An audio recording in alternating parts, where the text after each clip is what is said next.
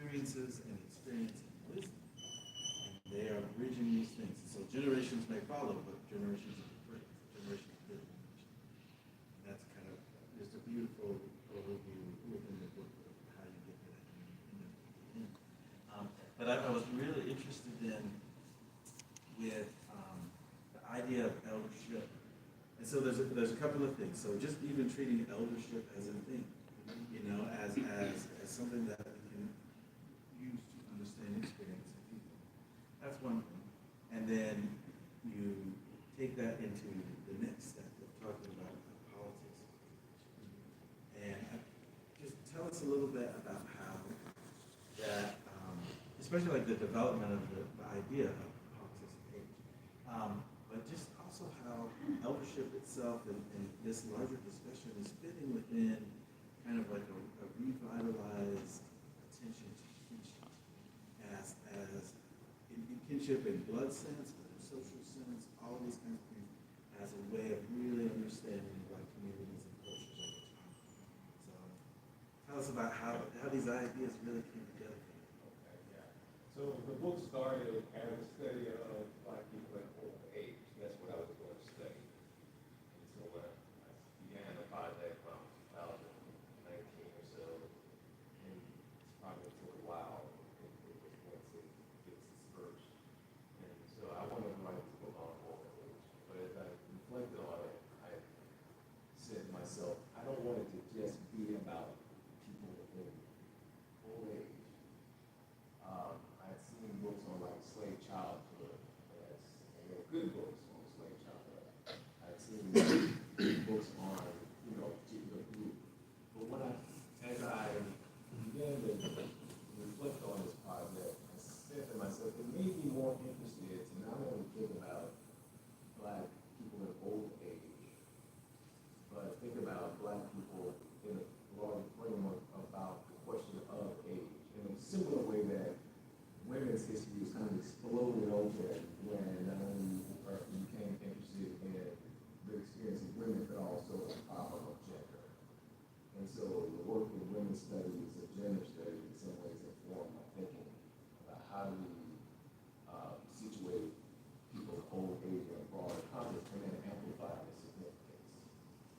And so as I was wrestling with that, reading different authors, studying different scholars, one fruitful idea emerged from the reading of a historian, Vincent Brown, who's written a book on the role of death in the Black experience, principally in enslavement in the British Caribbean. And he had this concept called one-way politics. He said that death is everybody dies, right? Everybody dies, but one's experience of death and how soon one dies, one's experience of death is largely political and historical. And so he does a fascinating study with using this idea of mortuary politics in order to frame the study of death in the Caribbean. And so with that as inspiration, and again bringing gender studies as inspiration, and expand my lens beyond just old people in old age, this idea of the politics of the age just bubbled to the surface of this one of those things that happen just totally different fields and wrestling with different concepts. So that's how the idea of politics and how age emerged. And when I got it, that's when the excitement happened. That's when and I just kept seeing it. I kept seeing it in the archives, in the area. We see it in contemporary politics. There's a politics of age, of presidential politics, the politics of age in migration, and politics. And so it's a frame that allows me to talk about my particular subjects, but I think it's a conceptual framework that could have broader applicability. And so that's what energized me, and hopefully that you feel that in the project. So that's one. In terms of kinship, and the role of kind of kinship studies in this project, no doubt. The question of kinship is threaded throughout this project, and really good studies out there that inform this work from the classic work of Beckman and others, and Black Gang,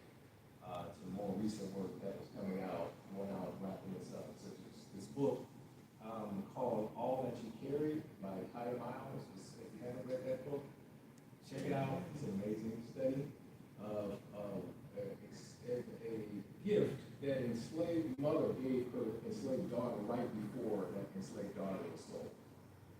And it was a gift of a canvas sack that was filled with 3 pecans, dress, and with something else, a lock of hair, and all that the mother's love. And it's a story of kinship, and it's a story of, and the story of kinship, the story of this relationship between these 2 women, young woman, a girl and a mother, then becomes the story of the African American experience. And so how do you think about the African American experience, not just the, big political conflagrations, laws, revolutions, but through these cultures of love and care that enable people to sustain themselves. And so that scholarship also informed my work. Yeah, when I first had the opportunity to read this, Time Hospital came to mind immediately, and I said, we are so fortunate that we get this wonderful work together. We get to see this and contribute to what I think is truly a sea change in American history and its meanings. And thinking about what you're talking about with the energy and holidays and doing something kinship and doing something more than just dealing with kind of the macro level forces of work. And one of the things that I get throughout this book, and for those of you who have yet to read it, hopefully you'll have some kind of sense of this too, is it feels, it's a work of history, but it also feels like we are telling family stories. It feels like this is kind of like collective Black family stories. And so and the thing is that most people, a lot of readers will maybe even kind of recognize their own kin in some of those. And I was thinking, or I was just wondering, when you were writing it, when you were actually devoting time to put words together and tell the stories, what were you hoping that we, the readers, would experience? My intention itself was realized because I did want not the whole book, but parts of the book to feel like a mirror.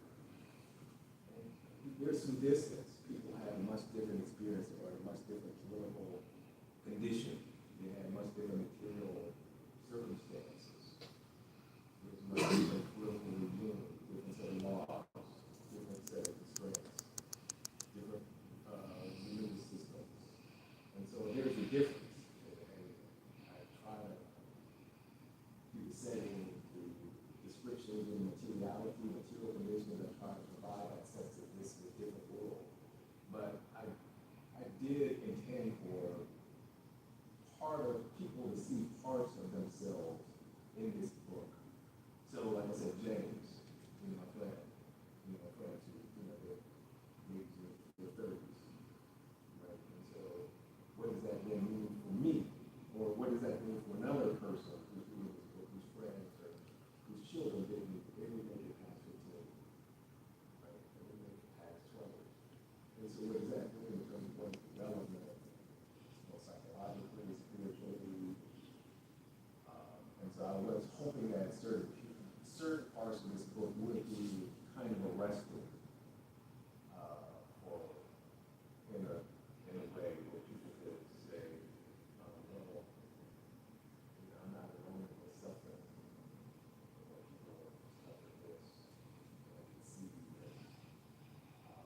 And so that's throughout. In the first chapter, I talk about X1, her children that were taken away from her, slave trade, where that's about yet.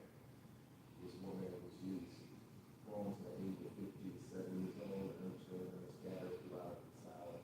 This child, he dies at the age of 30 from one injury and the like. And so there's that. But also the encouragement. To what extent he's gotten encouragement from elders as well. And what role might we play now that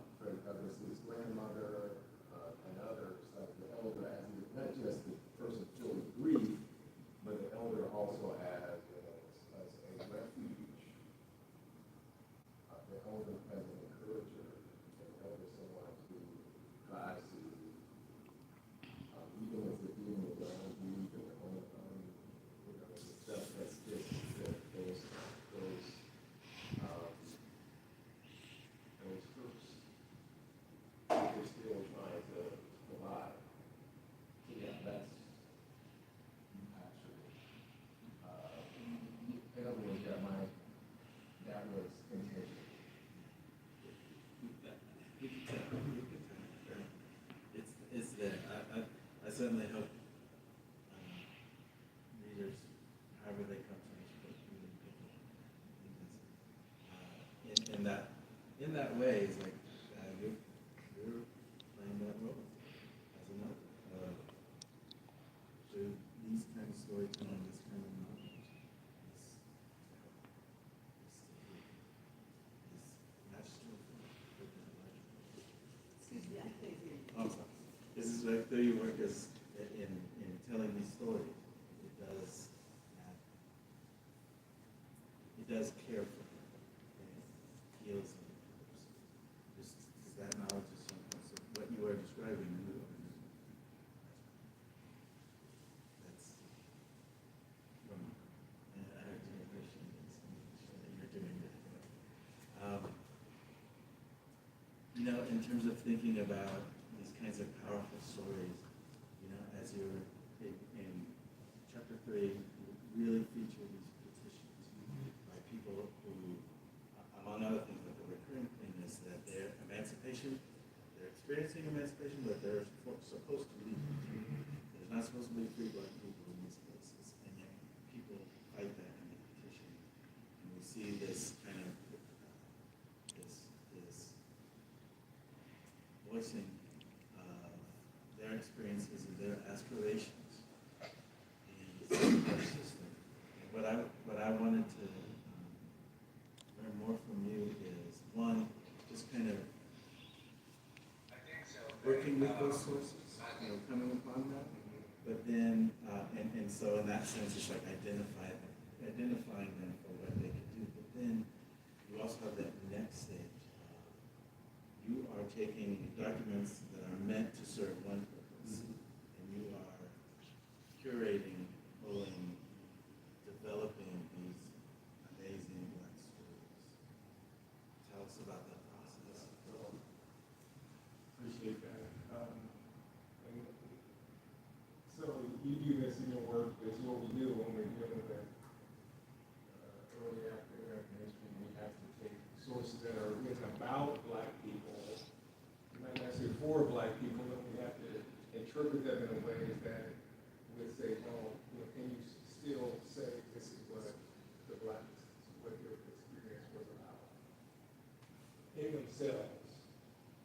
And so what Dr. Brown is referring to is chapter 3 of the book. And chapter 3, I leaned very heavily on a set of petitions that were pulled together in a database, and they're available in archives in Virginia, North Carolina, that were filed on behalf of African Americans, really from the period of the American Revolution through the up until the Civil War. And these were petitions where African Americans were asking the state for different things. There are a lot of different petitions with a lot of different things, a lot of requests, a lot of actors who were filing these petitions. But given the subject matter that I was focusing on, I was interested in those petitions that were filed either by or on behalf of the old. And it's clear that the people who were writing the petitions were not the people themselves, because some of the petitions are signed with an X. Some of the petitions are supported by a whole host of supporting affidavits and other white members in the community who are speaking on behalf of these older people, older black folks. And so here we have this big corpus of information, none of which is really written by black people, but in many of the instances they're written about black people, but they're not written to a certain extent they're written for them on their behalf. So I first of all am very kind of open about that in the first section of that chapter, where I interpret these documents. I say that many of these documents, you listen to the voice and the perspective. The voice and perspective is clearly a perspective of white people who are saying that we want to, this old person, they were kind of good, faithful black person, and because of that, we should give these black folks some slack. And by slack, I mean exemption from laws that were passed beginning in the colonial period that said that if you free a black person, they're going to be expelled from the colony and then later the state. This was spread throughout the South. Virginia and North Carolina had these codes, and then slavery expanded into Alabama. Alabama also adopted these, were called expulsion laws. And so these white petitioners said this black person was old, they were faithful when they worked hard, and they let them stay in the state. And so that I first give voice to that. But then what I do with this, as we do in our period, we just read against the grain. And we try to figure out, well, is there a subtext? Is there some coded language? Is there a way we can capture the voices of old black people? Is there a way that we can perhaps capture some values that are independent? And so that's what I feel confident I was able to capture some of those independent black voices and perspectives around their care for family, their care for community, the ways that young people will sometimes care for, be expected to care for aging parents, the way that some aging parents wanted to take care of and pass on wisdom to the next generation. How some people just said, look, I've been here for 60 years, 70 years, and I'm not going nowhere. My hair is gray, I'm old,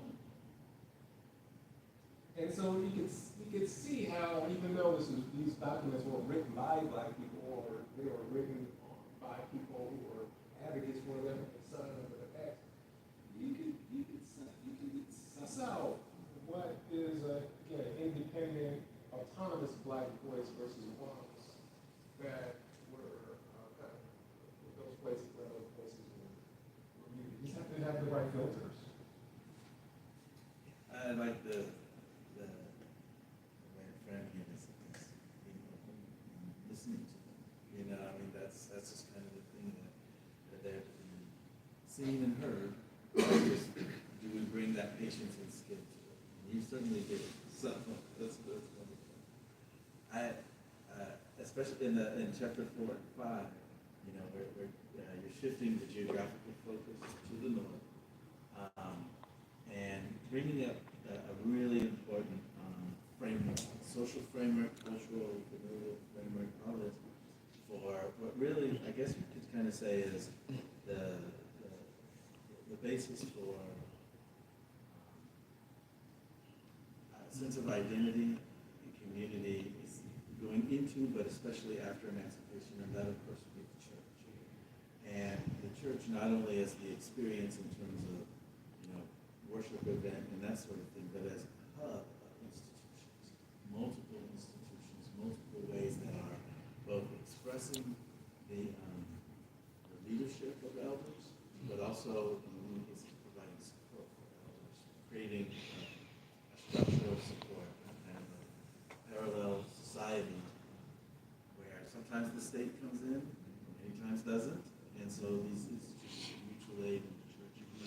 Can you tell us a little bit more about how you saw that, you saw the church especially as this kind of foundational institution? Yeah, so the question is, how do you survive when you're free but you don't have much? And you've been 40 years, 50 years enslaved, and now you're free. And this then becomes a question of the long drawn out process of emancipation. The full, the kind of things we ask the African Americans are looking for, the full free. The long afterlife of slavery, and so I'm wrestling with those kind of questions. And this is before, social safety nets became a thing in the latter part of the century. In Germany, in the German retirement systems, and the French pension for government workers in the 19th century, and this is before, this is like right after veterans got pensions, and so this was the 19th century, so there's no real safety net. And so how do black people then sustain themselves and deal with basic material needs in the consequence of the end of slavery in the northern states, which happened essentially between 1770s and 1804. So enslaved people in the northern states were emancipated either gradually or immediately. And so how do black people then sustain sustain themselves, and part of it was just sort of struggling, scuffling, as they say, to get by, rooming with folks, sharing a room in the back, alleyway in Philadelphia. That's one way. But then over time, African Americans realized that they should use collective means, institutions in particular, in order to build the kind of material and social base to sustain themselves. They make that transition. African American Episcopal Church becomes the centerpiece for this part of the story, which did a lot of different things, particularly as it relates to the transition through different life cycles of death. So they had their own society, they raised money for the poor, and some of the money that they raised for the poor could be significant. So on any given Sunday, like a third, I think, of their collection could be earmarked for the poor. That's how devoted they were to care for the poor. But then the question becomes, is aged poverty a poverty of a different type? And the answer that many drew the conclusion was yes. There's poverty and there's old age, but then there's age poverty. So does that require a different type of solution? And so what emerged in the 19th century, the first into New York in the 1840s, in Philadelphia in 1865, they established a home for the aged and infirm colored people of Philadelphia, and it was supported by the African Methodist Episcopal Church. In fact, the African Methodist Episcopal Church leased out their burial ground and used a third of the rents that they got from that to pay for the old people who were members of the church to go and be admitted into the home for the aged and infirm. Like just in terms of this community of care that we saw was so essential to that community. So he said that, church women who had, by the sweat of their brow, built the foundations of the church have to be cared for. And to use the term, the sweat of their brow, built the foundations. And so that's what I'm getting at through in my discussion of the institutional response to old age and freedom. And this is so significant that this was Harriet Tubman's last act. When you think of Harriet Tubman, her work in the Underground Railroad, her last work was establishing a home for aged people in Auburn, New York, in the late 19th and early 20th century. So this painting we might think of as the last station, the last stop in the Underground Railroad. William Steele, one of the leaders of the Underground Railroad, he was one of the leaders of this home for the aged and infirm, home for the aged and infirm colored people in Philadelphia. So this was something that, like abolitionists at the time, they took seriously. They understood the different meanings of freedom for people to play on where they were in the life cycle, and kind of this obligation that they felt they had to do that, live their whole lives. They didn't have the opportunities necessarily, but did what they could, worked as domestics in Philadelphia, so now we have to take care of that. So that's the story of chapter 4 in the last section of chapter 5. We have time for one more. And then we'll open it up for questions. Okay, just a really quick one is that You put you some breath behind your questions, so that'd be great. yeah, you end with a Black wisdom tradition, and so if there's one big message that you want readers to take with Black wisdom tradition, what is the big message from your book? Yeah, so this is the big message is that although this is that elders have mattered, and I think they still matter, if we just listen and attend to it, they still do. And so we see that the finest of our artists of the 20th century, many of the finest of our artists of the 20th and 21st century, this is where we can get the finest of the Black tradition among other sources.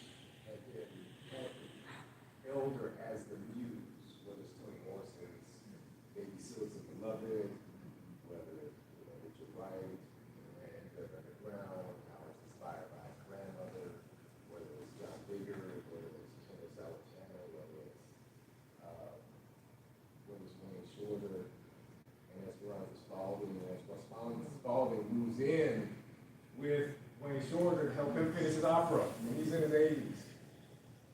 To help him. That is something that we chase our success and our dreams and our vision, go for it.